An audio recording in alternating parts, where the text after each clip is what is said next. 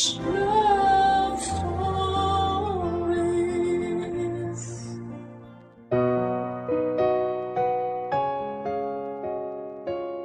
Isa sa mga pribilehiyo na meron ang ilan sa atin ay ang pagkakaroon ng kumpletong pamilya.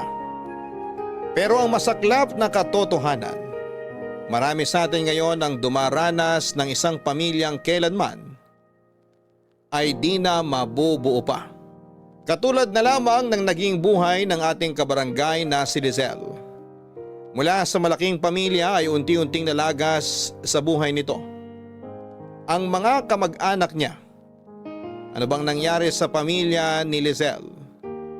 Ito ang sabay-sabay nating tunghayan dito lamang sa mga kwento ng pag-ibig, buhay at pag-asa sa nangungunang Barangay Love Stories.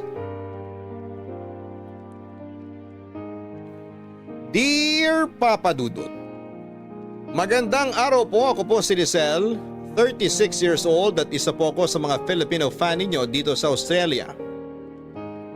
Lagi kong napapakinggan ang inyong programa online at hindi ko maiwasang ikumpara ang sarili ko sa mga letter sender ninyo dahil nakaka-relate ako sa mga kwento nila. Minsan na rin po akong niloko. Naranasan ko na rin maiwan at pagtaksilan at alam na alam ko kung gaano kasakit mapagdaanan ang mga bagay na yon. Kaya ko po naisipang magpadala ng sulat sa inyo ay para naman i-share ang sarili kong kwento sa inyong mga listeners. Lumaki ako sa isang malaking pamilya.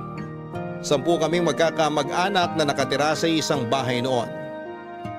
Ang family house namin nasa sabay binuo ng aking lolo't lola ang siya nang kumumpleto sa pagkabata ko. 3 kaming magkakapatid at ako ang panganay. Kasama ang mga magulang ko ay hindi napabayaan ang kabataan naming magkakapatid dahil nagsilbi na ring magulang namin ang 2 pang kapatid ni Mama na sina Tito Ben at Tita Mabel. Maliban sa kanila ay kasama rin naming lumaki ang pinsa namin na uniko iho ni Tito Ben. Isa sa mga hindi ko malilimutang alaala noong bata pa lamang ako ay tuwing nagde-decorate kami sa bahay tuwing Kapaskuhan. Abala noon sina Papa at Tito sa pagkabit ng Christmas lights samantalang sina Mama at Tita Mabel naman ang bumubuo ng Christmas tree. Kami mga batang taga-disenyo ng Christmas tree at sina Lolo at Lola naman ang laging naghahanda ng mga kani-kanilang merienda tulad ng biko, puto at kasava na sabay-sabay naming kinakain pagsapit ng hapon. Pero ang lahat ng ala-alang yon ay natuldukan nang nagkaroon ng trahedya sa pamilya namin. Parehong nasa trabaho noon sina Mama at Papa, pati na rin sina Tito at Tita. Kami namang magpipinsan ay nasa eskwelahan. Noong nagkaroon ng sunog sa amin at kasamang natupok ang family house namin, Papa Dudut. Sa kasamaang palad, parehong hindi nakaligtas ang lolo at lola namin sa sunog. Matapos silang makulong sa ikalawang palapag ng aming bahay.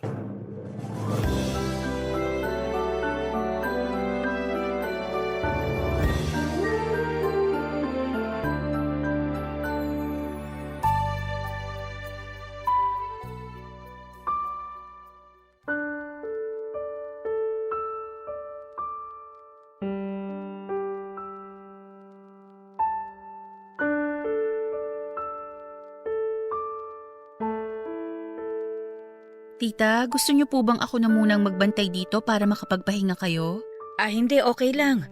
Matulog ka na, may pasok ka pa bukas.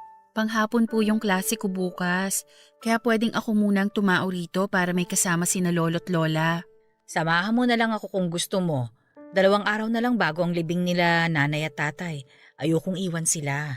Gusto ko nandito ako sa tabi nila hanggang sa huli. Sige po, samahan ko na lang kayo. Gusto niyo po ng kape?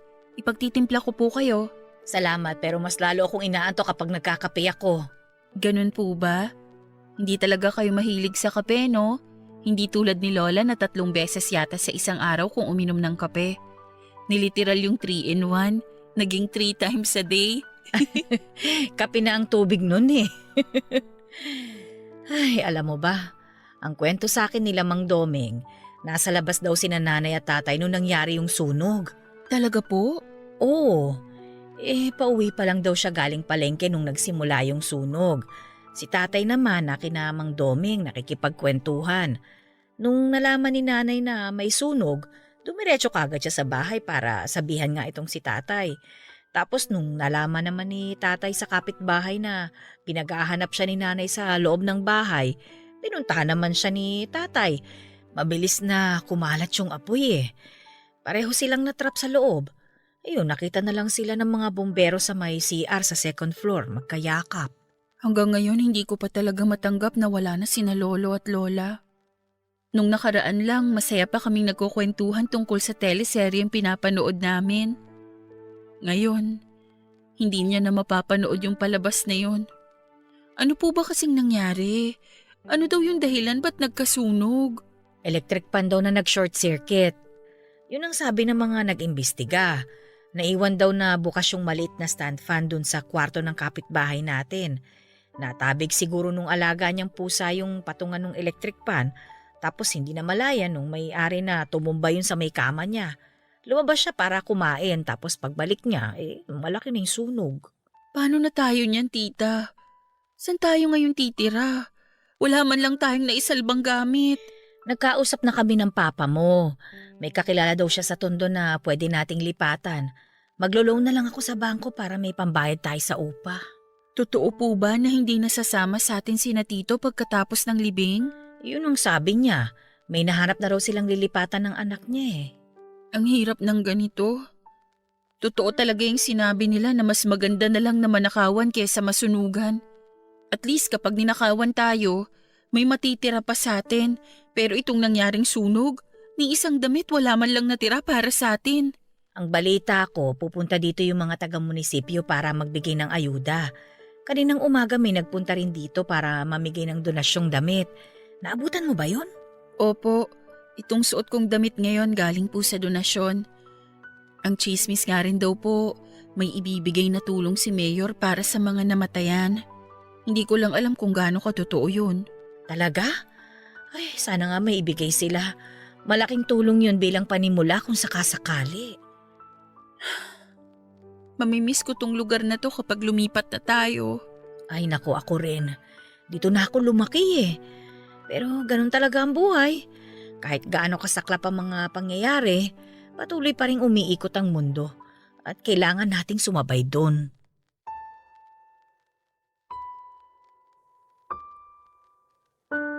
Papadudot na wala na nga kami ng tirahan na wala pa sa amin ang pinakamamahal naming lolo't lola. Sa isang open court ibinurol ng ilang araw ang mga labi nila lolo't lola. Doon ay nakasama namin ang mga katulad naming nasunugan din. Ilang linggo kaming nanirahan sa court na yon bago nakahanap sina mama at papa ng malilipatan. Dahil maliit lang ang paupahang nahanap ni papa ay kinailangang bumukod nila Tito Ben at ng anak nito. Lumipat sila sa Santa Mesa kung saan ay isang kaibigan naman ang nag-alok sa kanila ng matitirhan, samantalang sa Tondo naman lumipat ang pamilya namin kasama si Tita Mabel. Mula sa 10 ay naging 6 na lamang ang dating nakasanayan kong malaking pamilya.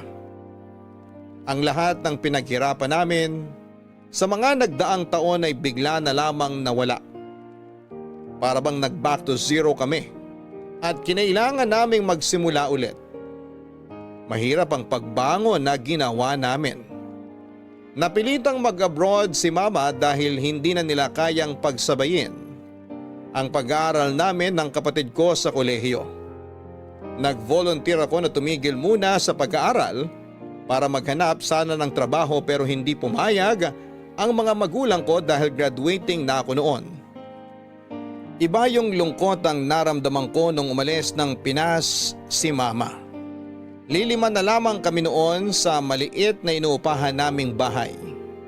Ang lahat ay naging busy noon sa kanya-kanya naming buhay sa pundong hindi na kami nakakapag-bonding pa. Dumaan ang mga taon at hindi na katulad ng dati ang Kapaskuhan namin na sobrang saya. Ang lahat ay nagbago na, Papa Dudut. Pero maliban sa akin ay mas nalungkot ang papa ko sa pag-alis ni Mama sa puntong naghanap siya ng iba. Ako mismo ang nakahuli sa ginawa niyang pagtataksil dahil aksidente kong naaktuhan ang pakikiapid na ginawa ni Papa sa mismong kapitbahay namin. Ang tita Mabel ko ang una kong pinagsabihan sa mga nalaman ko.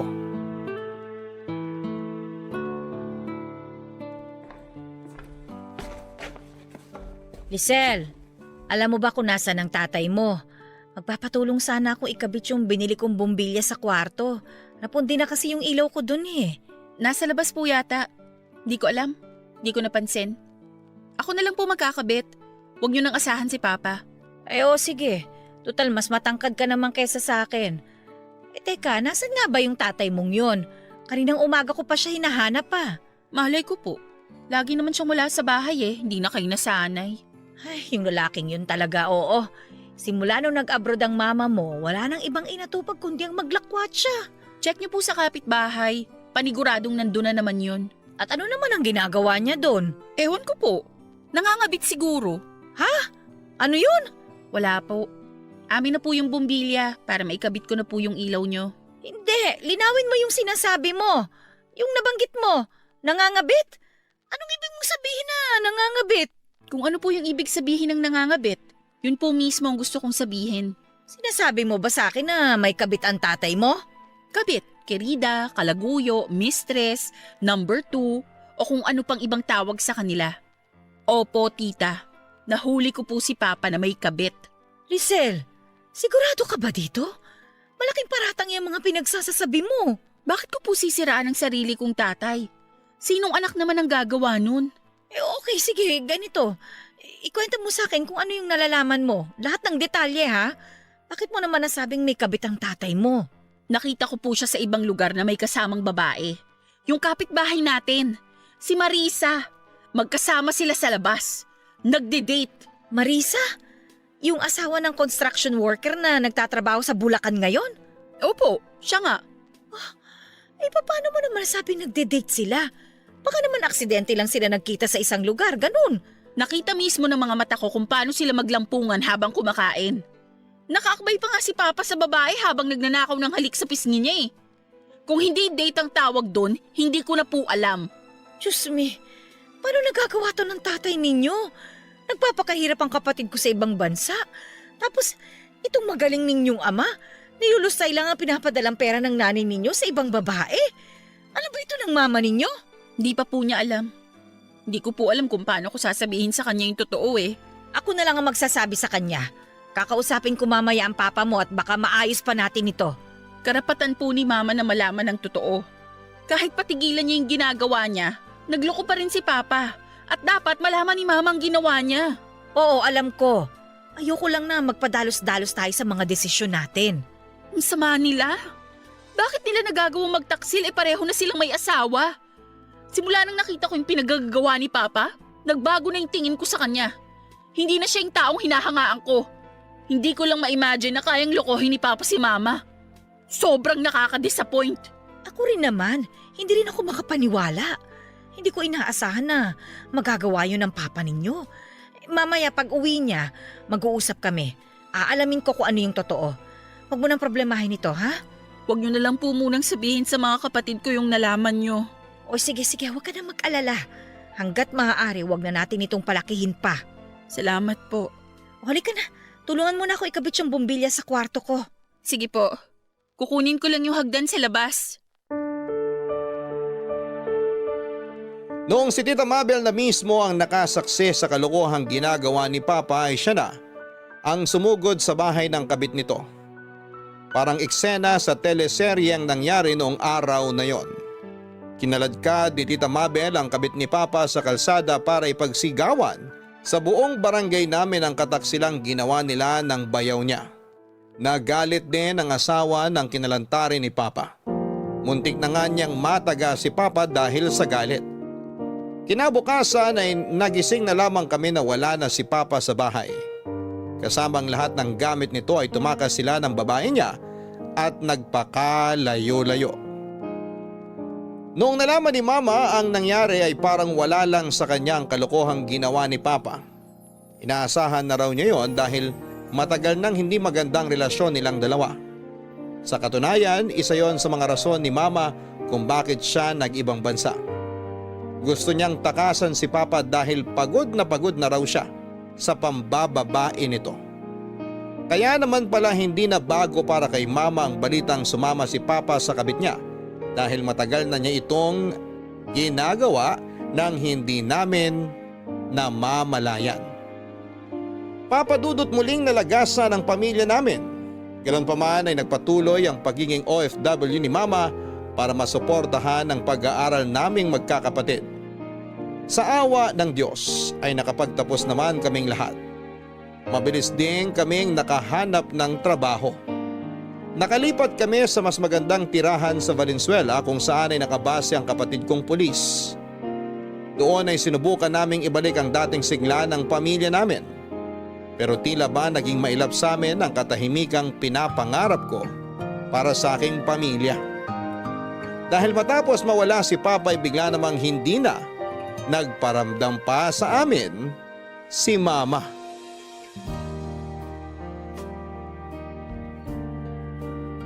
Papadudot na laman na lang namin na may iba na rin palang kinakasama si Mama sa ibang bansa.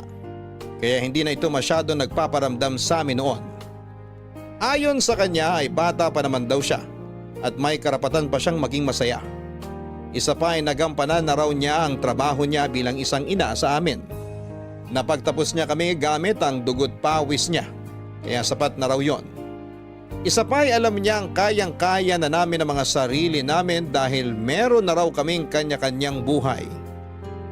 Galit na galit noon si Tita Mabel sa ginawang yun ni Mama pero wala na kaming magagawa pa. Dahil ng mga panahon na yon ay hindi na namin alam kung nasaan siya. Baka nga nasa Pilipinas na siya noon kasama ang bago niyang pamilya. Nakakalungkot na ganon ang sinapit ng pamilya na pinakamamahal ko. Aapat na nga lang kami noon ay bumukod pa ang pangalawa kong kapatid matapos itong makipag-live-in sa kanyang nobya. Tanging ako, ang bunso kong kapatid at si Tita Mabel na lamang ang kasama ko noon sa bahay.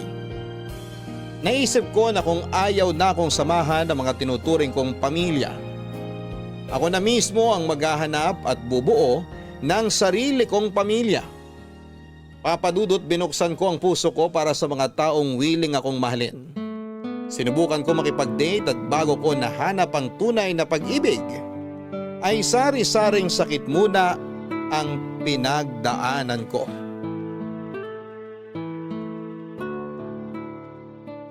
Hoy, matutunaw na yung longganisa sa katititig mo dyan.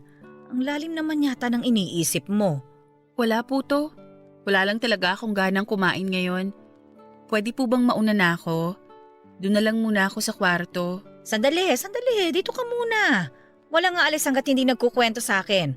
Ramdam ko may problema ka ngayon. Seryoso tita, hindi po big deal tong problema ko ngayon. So meron ngang problema. Ano ba kasi yun? Sabihin mo na, makikinig ako. Ayaw niya na po sa akin eh. Sinong may ayaw sa'yo? Yung boyfriend mo? Siya nga po. Gusto na po niyang makipaghiwalay. Oy, bakit daw? Wala. Hindi niya na ako gusto. May iba na siyang mahal. May babae nang handang sumalo sa kanya kaya gusto niya nang makipag-break sa akin. Eh di hayaan mo. Hindi siya kawalan ano? Kailanman hindi magiging kawalan ng isang taong ayaw na sa'yo. Pero mahal ko po siya eh. Wala na tayong magagawa dyan, Lisel. Kung siya na mismo yung umayaw, masakit tanggapin pero kailangan. Ano po ba kasing mali sa akin? Bakit lagi na lang akong iniiwan ng mga taong minamahal ko? Walang mali sa'yo. Hindi lang talaga siguro kayo ang para sa isa't isa. Mabuti na yun, 'di ba? Na sinabi niya kagad sa'yo kesa naman pinagsabay niya kayo, mas masakit yun. Ang malas ko talaga sa pag-ibig. Hoy, hindi ka malas ha? Napunta ka lang talaga sa mga maling tao. Kayo po ba? Paano niyo masasabing mali yung taong minamahal niyo? Yan ang tricky pagdating sa pakikipag-date. Hindi natin alam kung tama ba o mali yung taong minamahal natin. Kaya nga natin tinawag na sugal ang pag-ibig dahil dun eh. Kasi hindi naman natin alam kung ano magiging ending sa mga makakarelasyon natin. Yun ang rason kung bakit iwas na iwas din ako sa pag-ibig na yan. Ilang beses na akong natalo eh. Kaya nga hindi na ako ulit sumugal. Oo nga po. Hanggang ngayon wala pa kayong asawa. Bakit po? Choice niyo po ba na hindi mag-asawa? Ganun na nga. Mas pinili kong wag nang mag-asawa. Bakit naman po? Niloko rin po ba kayo? Hindi lang niloko. Ginawa pa akong sponsor nung ex ko. Sponsor? Paanong sponsor? Nung bata-bata pa kasi ako, nagkaroon ako ng boyfriend. Hindi siya nakapagtapos ng pag-aaral at isa sa mga pangarap niya makapagtapos. Ako naman itong bobita na binulag ng pag-ibig, pinag-aral ko siya. Tapos, ano pong nangyari? Ayun, napagtapos ko naman siya gamit ang sarili kong pawis. Pero nung nakagraduate na siya, nakipaghiwalay siya kagad sa akin. Bakit po? Anong rason niya? Nung nag-aaral pa lang siya, nagkaroon siya ng sikretong relasyon dun sa instructor niya. Habang nagpapakahirap ako sa pag-iipon ng tuition fee niya, hindi ko alam na 2 na pala kaming girlfriend niya. Nangako daw sila sa isa't isa na kapag nakagraduate yung ex ko, gagawin na nilang legal yung relasyon nila. Yun, sa mismong graduation niya, naghiwalay kami. Grabe, ang kapal ng muka. Ay naku, talagang makapal. Kung pwede nga lang sanang magwala ako nun, nagwala na ako ng sobra sa galit ko. Pero mas pinili kong magpakatao eh. Ayokong ipahiya yung sarili ko kaya umalis na lang ako nang may ipot sa ulo. Wala po kayong ginawa pagkatapos nun? Ano pa bang pwedeng gawin ko sa sitwasyon na yun? Tinanggap ko na lang yung nangyari. Hindi ko naman pwedeng bawiin yung mga nagastos ko sa kanya eh. Kesa maghabol o damdamin yung nangyari, pinilit ko na lang nakalimutan lahat. Simula nun, nahirapan na ako magtiwala sa mga lalaki. Habang tumatanda ako, mas napatunayan ko lang na tama yung naging desisyon ko na wag nang mag-asawa. Tingnan mo yung ginawa ng tatay mo ngayon, nagloko din siya. Tapos ikaw ngayon, kung ano yung mga pinagdaanan ko noon, yun pa rin ang nangyayari ngayon. Wala nang nagbago. Ang hirap talaga kapag sinaktan ka ng taong pinagkakatiwalaan mo. Mahirap talaga, kaya ang advice ko sa'yo, once na sinaktan ka, wag mo na silang pag-aksayahan ng oras. Sige, yan na nga po ang gagawin ko. Salamat sa payo nyo, tita. Walang anuman. Kakainin mo na ba yung longganisa mo o ako nang papapak niyan? Kakainin ko na po. Ang bango natakam ako bigla. Siya, sige. Kumain ka na dyan. Huwag mo nang isipin yung lalaking yon.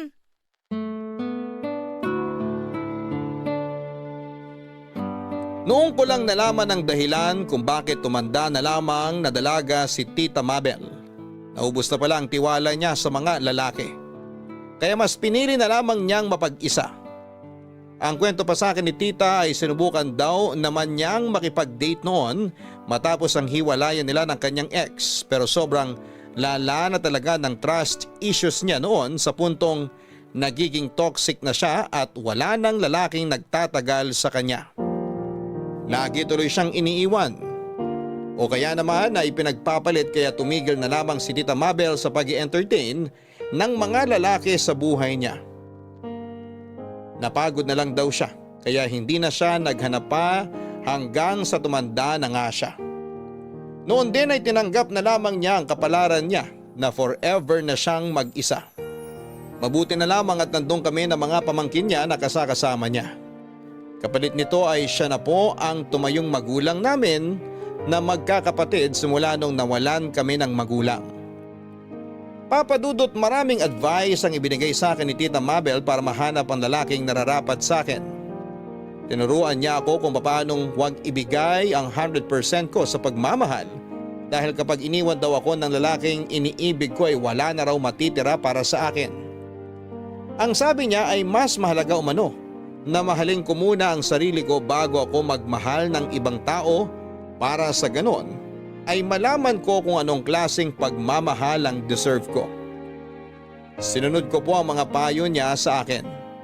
Ilang beses man akong naging sawi sa pag-ibig ay sinikap kong bumangon at magpatuloy sa buhay.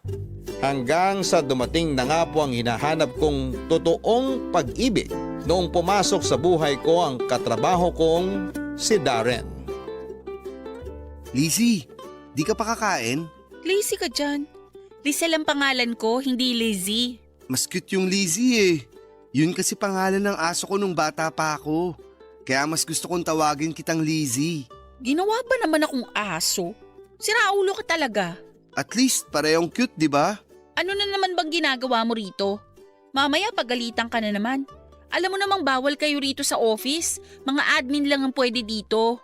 Wala namang tao eh, tsaka lunch break na. Mas gusto ko rito kumain kasi malamig, may aircon. Di ka pa ba kakain? Mamaya na may tinatapos pa ako. Ano ba yan? Yung sales last month. Kailangan ko nang ipasa to sa accountant natin. Bayaran na naman kasi ng tax. Ah, okay. Antayin na lang kitang matapos dyan para sabay tayong kumain. Wag na, kumain ka na. Di ako magla-lunch. Akala ko ba mamaya ka kakain? Ngayon di ka na magla-lunch. Ano ba talaga? Di ko alam eh. Bahala na. Bakit naman? Diet ka? Ang payat-payat mo na nga, nagda-diet ka pa. Baliw, hindi. May biskwit naman ako rito, yun na lang ang kakainin ko mamaya. Alam mo, itigil mo na muna kasi yan. Pwede namang ituloy yan pagkatapos ng lunch break eh. Hindi maganda yung nagpapalipas ka ng gutom. Akala mo naman ikaw magmamana ng kumpanyang to. Hindi naman kasi ikaw ang mapapagalitan kapag hindi ko to natapos eh. Mas importante pa rin na kumain ka ng tama sa oras. Kaya nga tayo nagkaroon ng lunch break eh, para may pahinga tayong mga empleyado. Nangangayayat ka na nga oh, di ka na naawa sa sarili mo. Ang lala mo naman magsalita. Nangangayaya talaga yung pinili mong term. Hindi ba pwedeng sumeksi na lang para masarap pakinggan? Di ka naman sexy, ikaw lang yung payat na may taba sa tiyan. Ikaw papansin ka talaga eh, no? Kahit kailan ang lakas mo talagang manira ng mood. Aray, sakit na na. Bakit ka naman namamato ng lapis? Kapag tinamaan yung mata ko, hindi ko na makikita ang ganda mo, bahala ka. Ewan ko sa'yo. Doon ka na nga. Doon ka sa labas kumain, wag dito. To naman, galit na galit agad. Alam mo namang nagbibiro lang ako. Siyempre sexy ka. Kaya nga ako nagka-crush sa'yo eh. Tigilan mo ako, Darren ha. Busy ako. Huwag mo akong abalahin dito. Dalian mo nang tapusin yan. Gutom na ako. Sino ba kasing nagsabing antayin mo ko? Kumain ka na dyan. Ayoko. Alangan namang kumain ako dito mag-isa habang kumakalamsik mura mo dyan. Hindi naman ako gutom. Kumain ka na. Sabayin mo na ako. Kumain ka na.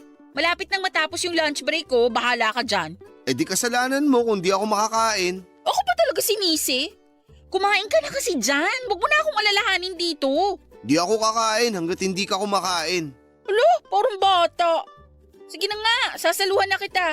Ayan, dapat ganyan. Sandali, hahanapin ko yung biskwit ko.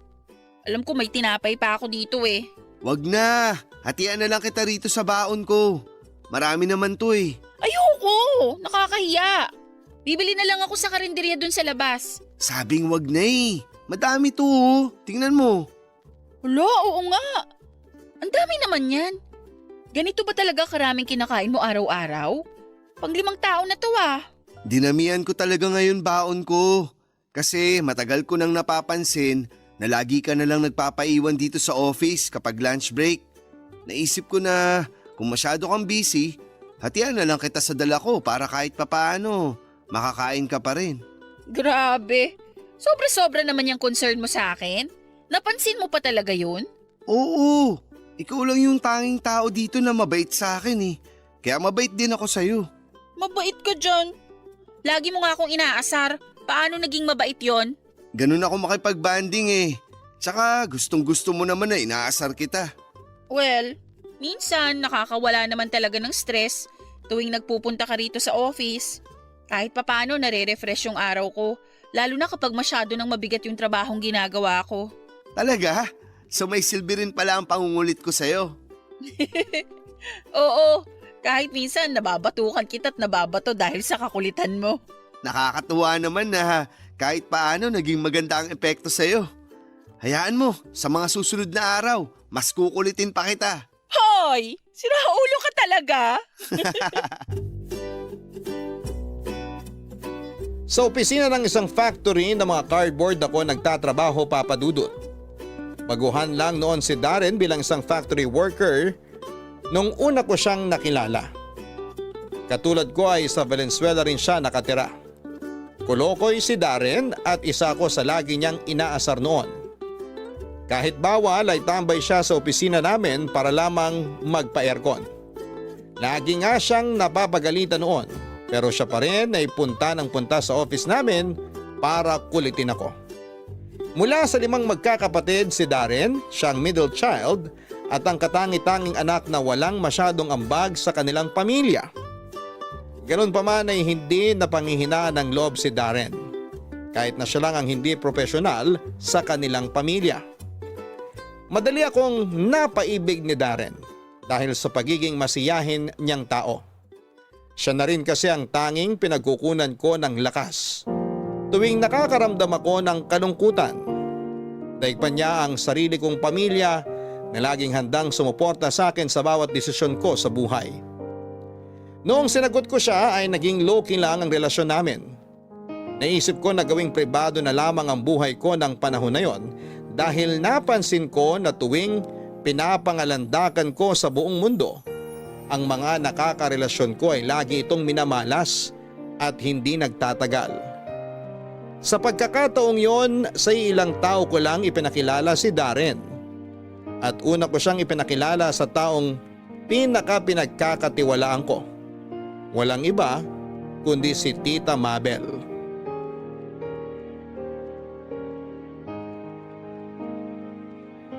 Papadudod simula nung naging kami ni Darren ay itinuring ko na siyang parte ng aking pamilya. Siya ang pumuno ng mga kakulangan ng mga kamag-anak ko na iniwan ako katulad na lamang ng pagkalinga mula sa mga magulang. Pag-aalaga na dati ginagawa ng namayapa kong lolo't lola. Siya rin ang nagbo-boost ng confidence ko na dating gawain ng mga kapatid ko. Unti-unti ay nakahanap ako ng sarili kong tahanan at si Darren yon.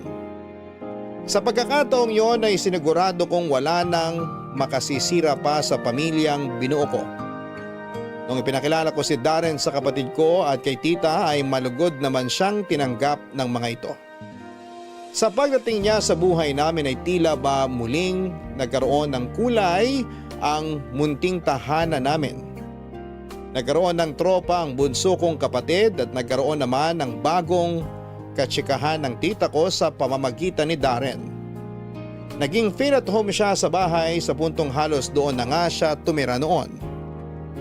Sa mga sumunod na taon, tuwing may mga importanteng kaganapan sa buhay namin ay laging nandun si Darren. Kasama namin siya noong first time kong magdiwang ng Pasko.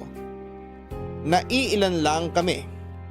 Ganun pa man ay hindi lungkot ang naramdaman ko dahil kokonti lang kami kundi iba yung saya ang yumakap sa puso ko ng time na yon.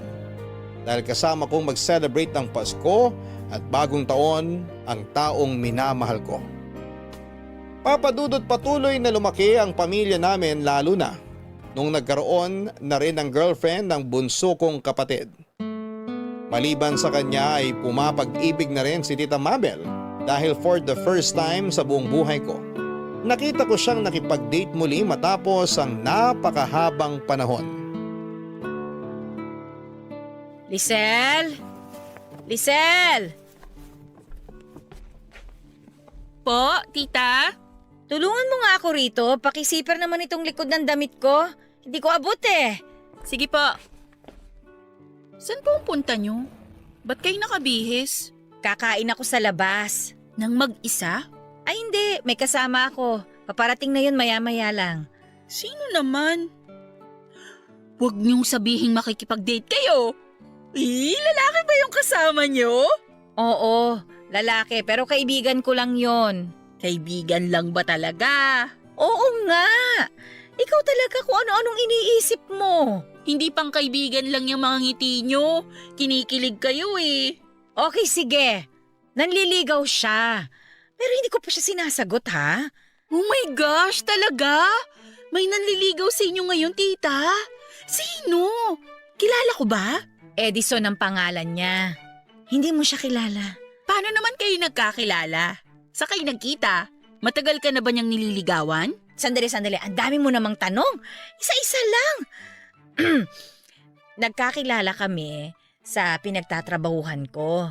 Naging customer namin siya isang beses hanggang sa naging suki na namin. Tapos, paano siya nanligaw? Dali tita, sabihin mo na sa akin, kinikilig ako. Ay, nakakalokang bata ito. Sa aming matatanda ka pa talaga kinilig, ha? Siyempre, kayo ang nagpapatunay na age is just a number. Wala sa edad yan, kundi sa pusong tumitibok mismo. So ano po, paano siya nag-confess sa'yo? Ay, ang totoo niyan, matagal na siya nagpapapansin sa akin. Hindi ko lang siya binibigyan ng atensyon kasi nga, di ba? Tulad nga ng sinabi ko sa'yo, hindi na ako umaasa magkakaroon ng pag-ibig sa buhay ko. Tapos na ako sa mga bagay na yan eh. Opo, nabanggit niyo nga po sa akin yan noon. Eh bakit naman nagbagong isip niyo? Eh makulit siya, masyadong porsigido. Hindi siya nagpatalo kahit na ilang beses ko na siyang sinabihan na wala akong interes na magkaroon ng karelasyon sa edad kong ito. Eh yun, tapos, ewan ko ba, alam mo yung nasanay ka na lang sa taong yun? Yun bang hindi mo inaasahan na naging parte na pala siya sa bawat araw mo kahit na hindi mo naman yun hiniling? Basta, nasanay na lang ako sa kanya. Ang hirap i-explain eh. Gets ko po kayo. Ang tawag po sa nangyaring yan, na-fall na kayo sa kanya. Nung una, wala kayong interes, di ba? Tapos kalaunan, nung nakilala nyo na siya ng lubusan, naging open na kayo sa kanya. Tapos, unti-unti ring tinanggap ng puso nyo yung taong yon. Ganun po talaga sa pag-ibig eh. Tiyagaan lang. At itong Edison na to, mukhang matyaga nga siyang tao. Kasi hindi niya kayo tinigilan hanggang sa napa-oo niya kayo. Ganun na nga siguro ang nangyari. Halos ganyan din yung nangyari sa amin ni Darren eh. Para siyang langaw no na hindi ko mabugaw-bugaw. Tapos ayun, na-develop na lang din yung feelings ko sa kanya katagalan. Pero alam mo, kinakabahan ako sa date na ito sa totoo lang. Bakit naman po kayo kinakabahan? Eh kasi matagal na nung huli akong nakipag-date. Ngayon na lang ulit. Hindi ko na alam kung ano yung dapat gawin. Wala naman kayong kailangang ipakitang kakaiba sa date nyo eh. Nagustuhan niya kayo kung ano yung totoong kayo. Kaya yun lang ang ipakita mo sa kanya kapag magkasama na kayo. Ganun lang kasimple. Talaga ba? Opo. Be yourself, ika nga nila. Sige, tatandaan ko yan. Ayan, nag-text na siya. Nasa labas na raw siya. Good luck po sa date nyo. Enjoy kayo. Mauna na ako ha. Mag-iingat po kayo, tita. Salamat.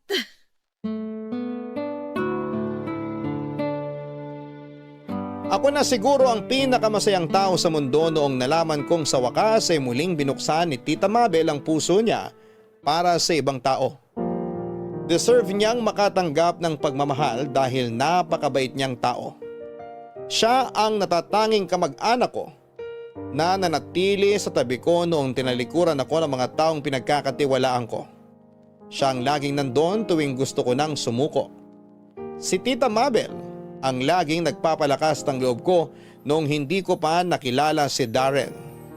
Papadudot mas matanda si Edison ng 3 taon kesa kay Tita. 47 lang noon si Tita samantalang 50 naman si Edison. May sarili itong paupahan sa Valenzuela din. Mabait naman po si Edison noong ipinakilala siya sa akin ni Tita Mabel. In fairness, hindi siya mukhang 50 years old dahil matikas pa rin ang pangangatawan nito. Sa katunayan sa edad niya ay nakakabilib na isa siyang biker kaya naman hindi na nakapagtataka na maganda pa rin ang pangangatawan nito. Sa kabilang banda ay hindi rin naman po nagpatalo si Tita Mabel pagdating sa kagandahan. Nasa dugo na kasi namin ang pagkakaroon ng itsura na mas bata kesa sa edad namin. Akalain lang ng lahat na 30s pa lang si Tita noon kahit na malapit na siyang mag-50. Sa totoo lang ay bagay silang dalawa at natutuwa ang puso ko na lahat kami sa bahay ay meron ng kanya-kanyang kapareha sa buhay. Ang problema nga lang noon papadudot ay hindi ko na makikita kung papaano ang magiging love story nila ni Tita Mabel at Edison dahil noong mga panahong yon ay naghahanda na po ako para sa paglipad ko papunta ng Australia. Matapos akong makuha sa inaplayan kong trabaho doon bilang OFW.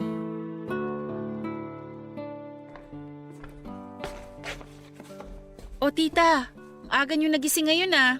Ay nako, actually wala pa akong tulog. Bakit naman? Ewan ko ba? Hindi ako dinalaw ng antok kagabi eh. Paano kayo makakatulog niyan nagkakape na kayo? Mas lalo kayong hindi aantukin yan. Mabuti Sabado ngayon, day off ninyo. Nakatatlong kape na nga ako buong magdamag. Ibig niyong sabihin, kagabi pa kayo nandito sa kusina? Oo, ganun na nga. Hindi pa naman kayo mahilig sa kape. Bakit po? May problema po ba? Ay, hindi ko alam. Madami lang siguro akong iniisip. Tulad naman po ng ano. Tungkol ba to kay Edison? May problema ba kayong dalawa? Hindi, wala naman kaming problema ni Edison. Uy, ano po? Eto. Ano po yan? Yan yung ginagamit sa pregnancy test ah. Tita, buntis po ba kayo? Di ko alam. Hindi ko pa na-check yung resulta. Natatakot akong tingnan eh. Bakit naman po? Ayaw niyo po bang mabuntis? Hindi naman sa ganon. Basta, ang totoo niyan, pangalawang test ko na ito eh. Nag-test na ako nung nakaraan pero gusto ko lang ulit i-confirm kung may laman ba talaga itong tiyan ko ngayon. Ano pong resulta nung nauna? Positive. Pero ayaw ko maniwala kasi parang imposible na ako magkaanak eh. Pwede naman kasing magbigay ng false positive itong mga pregnancy test na to. Kaya yun ang pinaniwalaan ko. Baka nagkamali lang yung resulta. Pero nung nagtagal, nakaramdam na ako ng mga sintomas ng pagbubuntis eh. Oh my gosh! So buntis nga kayo? Itong PT na ito sa harap natin ang magkukumpirma niyan. Kung positive ulit yan, ibig sabihin buntis nga talaga ako. Gusto niyo po ako na lang mag-check? Ay sige nga, ikaw na lang para matapos na ito. Sige po. Oh my gosh! Tita! Ano? Positive ba? Congratulations po! Confirmed! Buntis nga po kayo! O bakit po ganyan ang reaksyon niyo? Ayaw niyo po ba sa bata? Hindi naman. Hindi ko lang inaasahan na sa edad kong ito ay mabubuntis pa pala ako. Hindi, meron po talagang ganyan.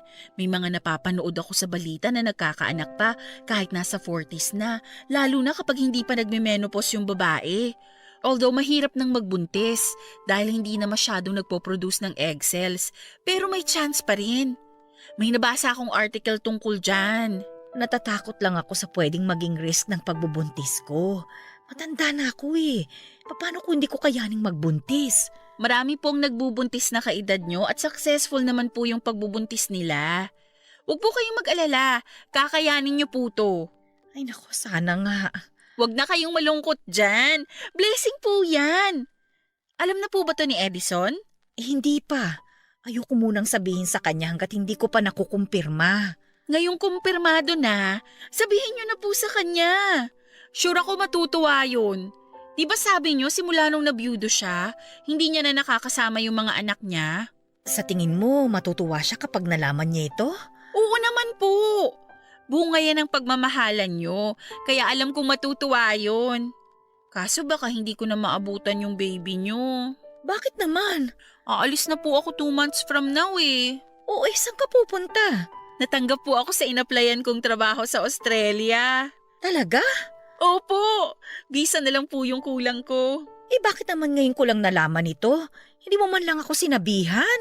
Sinikreto po talaga namin ni Darin to, hanggat hindi pa namin nalalakad yung mga papeles. Pero ngayong okay na ang lahat, pwede na naming sabihin ang totoo. Ikaw pala dapat ang i-congratulate ko eh. Pero paano yan? Iiwan mo na kami? Kailangan po eh. Ito na lang talaga ang paraan na naisip ko para maayos natin tong buhay natin ngayon. Sa bagay, maganda yan para rin makapag-ipon kayo sa future ninyo ni Darren. Yun nga po ang plano, tita. Papa Dudut, matagal ko na talagang pinaplanong mag-abroad dahil kung mananatili ako sa Pilipinas ay matatagalan bago ko makamit ang pangarap ko sa buhay. Halos 1 taon din akong naghanap ng trabaho sa ibang bansa. Na-scam na rin ako ng 1 beses dahil doon at kami ni Darren lang ang nakakaalam ng nangyari. Nang nakuha ko sa Australia ay sobrang saya ko dahil sa wakas ay magkakaroon ako ng chance na baguhin ang buhay namin. Papadudot noong taon na yon ay napakaraming nangyari sa buhay ko. Agad na nagpakasal si Tita Mabel at Edison noong nalaman nilang buntis ito. Nagkaroon sila ng civil wedding kasama ang mga malalapit na tao sa buhay nila. Pagkatapos noon ay nagkaroon din kami ng advance celebration ni Darren para sa 3rd anniversary namin dahil hindi na ako aabot sa mismong anniversary date naming dalawa. Hindi ko malilimutan ang taon na yon dahil yun lang yung araw na lubos-lubos ang pagkagala ko sa mga magagandang blessing na dumating sa buhay namin. Para akong nanumbalik noon sa pagkabata ko kung saan ay kompleto pa ang pamilya namin. Ang sayang nararamdaman ko noong bata pa lamang ako ay katulad ng sayang nararamdaman ko noong time na yon. Mabilis na dumaan ang mga buwan. Dumating na ang araw ng pag-alis ko. Mabigat pala sa dibdib na iwan ang natatanging pamilya ko sa Pinas. Pero sa parehong pagkakataon ay excited ako sa maaring buhay na danasin ko sa Australia. Nangako ako sa sarili ko na pagbalik ko sa Pinas ay aangat na ang estado namin at hindi na katulad noon na namomroblema pa kami sa mga gastusin namin sa bahay.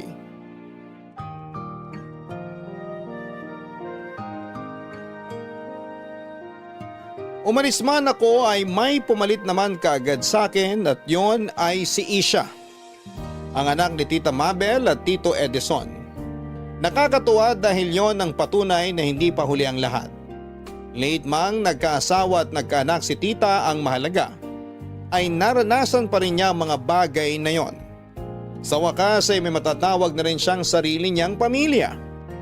Nung panahong yon ay kina Tito Edison na nakatira si Tita Mabel samantalang naiwan naman ang bunso kong kapatid kasama ang girlfriend nito sa dati naming bahay. Papadudot matagumpay na naipanganak ni Tita Mabel si Isha. Pero dahil sa edad ni Tita ay nagkaroon ng komplikasyon ng bata. Ipinanganak si Isha na mayroong Down syndrome. Nakakalungkot man ang nangyari pero isa pa rin yung blessing. Kaya naman labis-labis na pagmamahal ang ibinibigay namin kay Isha. Special child siya kaya dapat ay special din ang buhay na ipaparanas namin sa kanya. Bilang pinsan ay ine-spoil ko si Isha. Lahat ng gamit niya ay nagmula pa sa Australia mula sa mga damit, laruan at gamit na pang baby. Halos every year ako noon kung magpadala ng package sa mga kamag-anak ko sa Pilipinas. Magastos pero worth it naman yon dahil alam kong napapasaya ko ang pinsan ko, pati na rin si Tita na malaki ang naging tulong sa buhay ko. Sa loob ng ilang taon, ako ang naging katulong ni Tita sa pagpapalaki sa kanyang anak na si Isha. Ay, ito, maganda. Bagay kay Isha. Marami raw po talagang damit na isinuksok dyan si Lizelle sa package na ipinadala niya. Masyado marami tong pinadala niyang damit. Mabilis lang naman lumaki ang bata eh. Hindi na magagamit ito ni Isha pagkatapos ng ilang taon. Sayang naman. Hayaan nyo na po. Alam nyo namang enjoy na enjoy si Lizelle sa pagbili ng mga gamit para kay Isha. Ito, chocolate. Nakapangalan sa'yo, Ayun! Yan yung iniintay ko. Tsaka may sapatos din daw siyang ipinadala eh. Ay, sandali, isa-isahin natin. Masyadong malaki tong balikbayan box na ipinadala ni Lizelle eh. Baka nasa ilalim pa yung sapatos na sinasabi mo. Yan daw po palang mga baksang delata. Check nyo daw yung loob. Kasi may mga sinuksok din daw dyan si Lizelle para magkasya lahat ng gamit. Talaga? Sandali, abot mo nga yung box ng corn beef dyan sa likod mo. Heto po. Salamat. Ay, oo nga, may mga medyas siyang isinuksok dito. Nakakatuwa naman ito. Tip daw yan ng mga kasamaan niyang Pinoy dun sa Australia. Siyempre, mahal ang magpadala ng package. Kaya bawat sulok, pinuno talaga niya ng pwedeng ipadala. Ay, teka. Si Lizelle, tumatawag. Hello, Lizelle! Nandito na yung box mo. Binuksan na namin. Opo, nag-message nga po sa akin si Darren. Eto, kita mo ba? Ang dami! Opo, kita ko. Ay, Yan palang mga box ng pagkain dyan. Marami ring nakasiksik dyan. Oo, sinabi nga sa akin ni Darren. Heto nga nakita ko yung mga medyas na isiningit mo. Andito pala si Darren. Lizelle, anong oras na dyan? Alas 7 na ng gabi rito. Talaga? Alas 5 pa lang dito eh. Oo, ahead talaga kami ng 2 oras. Nakita mo ba yung sapatos mo? Hindi pa. Iniisa-isa pa lang namin yung mga padala mo. Nasa ilalim yata yun. Nasaan pala si Isha? Gusto ko siyang makita. Ay, tulog na siya Katatapos lang magwala. Ay, sayang naman, hindi ko makakausap. Bakit na naman siya nagwala? Ay, naku, hindi ko alam. Nitong mga nakaraan, lagi na lang siya nagtatantrum. Hindi naman namin alam kung anong gusto niya kasi hirap pa naman siya makapagsalita. Habaan niyo na lang po yung pasensya niyo sa bata. Ay, mabuti nga't dumating itong si Darren Si Darren lang talagang nakakapagpatahan sa kanya. Mas gusto pa nga niya si Darren kaysa sa aming magulang niya Ako pa. Matagal na ako nagpa-practice na maging daddy. Hoy, daddy ka dyan. Gusto na raw maging daddy ng boyfriend mo. Pagbigyan mo na kaya. Wala ka pa bang planong umuwi muna dito? Mahirap pang umuwi ngayon, tita Marami pa akong binabayaran. Tsaka 3 taon pa lang naman ako dito. Kaya ikaw, Darren, tiis-tiis ka na lang muna ha. Makakauwi rin ako sa tamang panahon. Alam ko naman. Basta lagi kang mag-ingat dyan. Kahit mas matangos sa mga ilong ng mga lalaki dyan. Wag na wag mo akong ipagpapalit ha. Oo naman. Di hamak naman na mas gwapo ang mga Pinoy. Kahit maliliit, at least cute. Eto na yung sapatos mo nakita ko na. Yun oh. Salamat po tita. Ganda. Ayos ba? Oo, astig neto. Salamat dito ah. Walang anuman. I love you. Love you too. Papa Dudut, bahay ang una kong naipundar simula noong nagtrabaho ako sa Australia. Inunti-unti ko ang pagpapatayo nito at si Darren ang nagasikaso ng lahat ng yon sa Pilipinas. Siya ang nagbantay at nakipag-usap sa architect at engineer na namamahala sa ipinatayo kong bahay. Sa katunayan ay may input pa si Darren sa disenyo ng bahay dahil yon ang magiging tahanan namin para sa pamilya na aming bubuin. Nung nakapagpatayo ako ng bahay ay doon na tumira si Darren. Lumipat din doon ang bunso kong kapatid kasama ang girlfriend nito mula sa dating bahay na inuupahan namin. Pagkatapos ng bahay, negosyo naman ang sumunod na ipupundar ko. Laundry shop ang naisip naming negosyo dahil malaki ang kita noon. Nung nagsettle down na ang lahat at nagkaroon na ako ng sapat na ipon, ay saka ako nag-decide na umuwi na ng Pilipinas kasama ang isang magandang balita. Ito ay ang plano naming pagpapakasal ni Darren. 10 taon na kaming magkasintahan ni Darren noon, kaya nararapat lang din na magpakasal na kaming dalawa para makabuo kami ng sarili naming pamilya. Pagka-uwi ko ay nagkaroon kami ng house blessing sa ipinatayo kong bahay. Doon namin ibinalita sa lahat ang engagement namin ni Darren. Pero ilang linggo lang ang lumipas ay isang sekreto ang aksidente kong nadiskubre mula sa taong mapapangasawa ko. Papadudot na hack ang Facebook account ko kaya kinailangan kong gumawa ng panibagong account. Nakigamit ako ng Facebook ni Darren para i-message ang mga kakilala ko na i-unfriend na ang dati kong account. Dahil baka magamit pa yon sa panluloko. Nung i-message ko na sana si Tita Mabel ay nagulat ako sa chat history nilang dalawa ni Darren.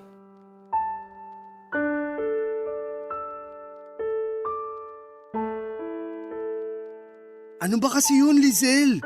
Anong ginagawa natin dito sa bahay nila Tita Mabel? Huwag ka ng maraming tanong. Sumunod ka na lang. Tita Mabel? Tita Mabel, nandiyan ka ba? Buksan mo to! Huminahon ka naman, Lizelle. Gabi Tita, na. buksan mo to! Ba't ka magalit na galit? Buksan mo tong pinto! Lizelle, bakit? Anong ginagawa niyo rito ni Darren? May pag-uusapan tayong 3. Anong pag-uusapan natin? Sige, pumasok kayo. Ewan ko dito kay Lizelle, tita. Bigla na lang nagalit nang walang dahilan. Nasaan si Tito Edison? Wala siya. May pinuntahan siyang kaibigan. Mamaya pa yun uuwi. Ano bang meron, Lizelle? Darren, akin na yung phone mo. Bakit? Sabing akin na yung phone mo! Heto na, kukunin na. Galit na galit naman eh. Oh, ayan. Buksan mo! Ilagay mo yung pin! Oh, ayaw mo ba talagang ipaliwanag kung ano tong ginagawa mo? Maghintay kayo! May nabasa lang naman akong katotohanan. Gusto ko tong kumpirmahin sa harap nyo mismo. Ano ba kasi yun? Heto, makinig kayong mabuti ha. Babasahin ko tong nabasa ko sa Facebook chat ninyong dalawa. O etong sabi ni tita. Darren, sa tingin ko, buntis ako.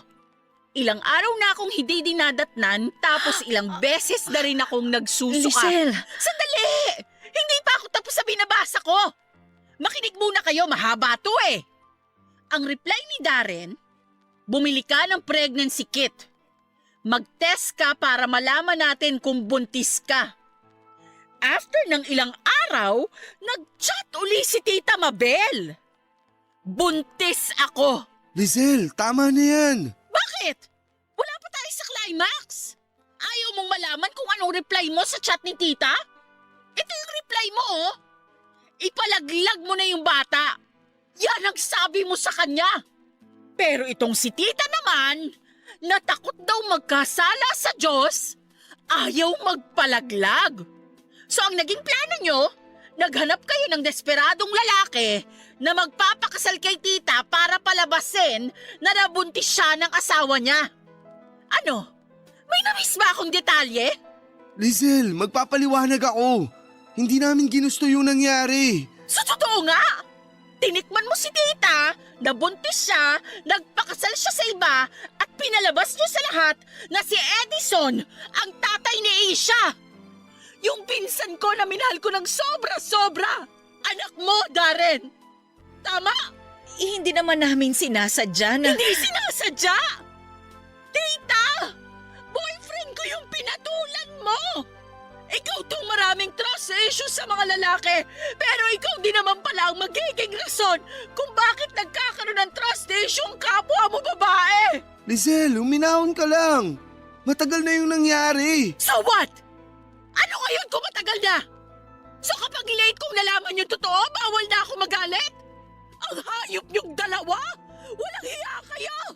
Sorry, isang beses... 1 beses! 10 beses! Kahit inaraw-araw niyo pa, ang ending! Trinaydor niyo akong dalawa! Bantay sa lakay ka rin eh! Ang kapal! Sobrang kapal na mga mukha niyo! Nandito pa ako sa Pinas nun ha? Nakakasama niyo pa ako nung ginawa niyo yung kahalayan niyo! Ano pa kaya nung nasa Australia na ako?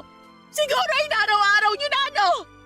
Kaya huwag mo masabi-sabi sa akin na 1 beses lang yung nangyari dahil hindi yun ka paniwala. Maniwala ka. 1 beses lang talaga yun. Wala akong pakialam! Ikaw ang laki ng tiwala ko sa'yo, Darren. Nag-abroad ako para buuin yung buhay nating dalawa. Ang kapal na mukha mong demonyo ka! Sobrang kapal na mukha mo! Lisel, ako nang humihingi ng tawad sa'yo. Sana patawarin mo kami sa nagawa namin. Mali yun, sobrang mali. Pareho naming pinagsisisihan yung nagawa namin. Patawarin mo na kami alang-alang kay Isha. Isa ka pa, tita! Gagamitin mo pa talaga yung bata para maghugas kamay? Hindi ko kayo patatawarin hanggang mamatay ako! Walang magkakapatawaran sa ating tatlo! Ikaw, Darren, bibigyan kita hanggang ngayong gabi lang para alisin lahat ng gamit mo sa bahay ko! Ikaw naman, tita! Huwag mo nang ipapakita yung pagmumukha mo sa akin! Dahil sa susunod na makita ko ulit yung mukha mo, hindi mo magugustuhan ang gagawin ko sa'yo! Huwag mo akong subukan! Haliparot kang matanda ka! Bigyan niya ng kapatid si Aisha kung gusto rin niya! Lizelle Sandali naman! lang, Lisel!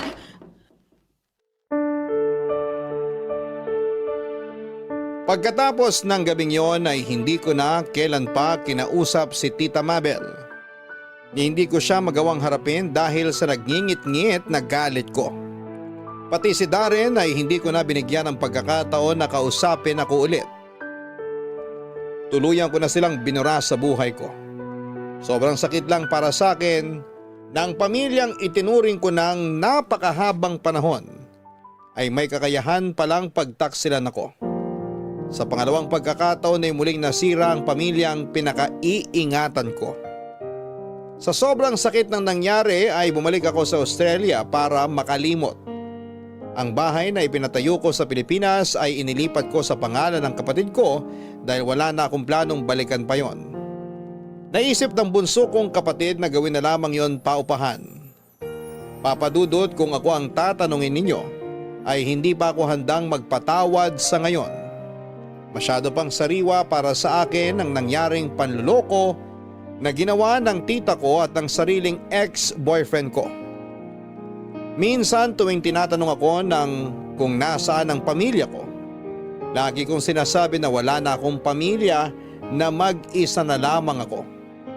Totoo nga na blood is thicker than water dahil mas masakit kapag sarili mong kadugo ang trumaydor sa'yo. Sa ngayon ay nilalakad ko na ang citizenship ko sa Australia. Dito na po ako bubuo ng sarili kong pamilya. Hindi na po maganda ang mga ala-ala ko sa sarili nating bayan. Papadudot, dito na po nagtatapos ang kwento ko sa inyo at pasensya na po kayo kung kinuha ko itong pagkakataon para maglabas ng sama ng loob. Regards po sa lahat ng bumubuo ng Barangay Love Stories at ng Barangay LS. Mabuhay po kayo. Ang inyong forever kapuso at kabarangay, Lizelle. Isang kasinungalingan lang ang tanging kailangan para masira ang buong pagtitiwala ng isang tao. Kaya naman mga kabarangay, lagi tayong maging tapat sa mga taong minamahal natin. Huwag na huwag mong pagtataksilan ng mga kakampi mo sa buhay dahil kapag niloko mo ang isang mabuting tao, daig mo pa ang nagtapo ng diamante at namulot ng bato. Hanggang sa muli, ako po ang inyong si Papa Dudut sa mga kwento ng pag-ibig, buhay at pag-asa sa Barangay Love Stories number 1. Sabay-sabay nating pakinggan ang iyong kwento ng pag-ibig, buhay at pag-asa. Ipadala lang sa barangaylovestories@yahoo.com. Nagustuhan ng iyong napakinggan? Ituloy yan via live stream sa www.gmanetwork.com/radio.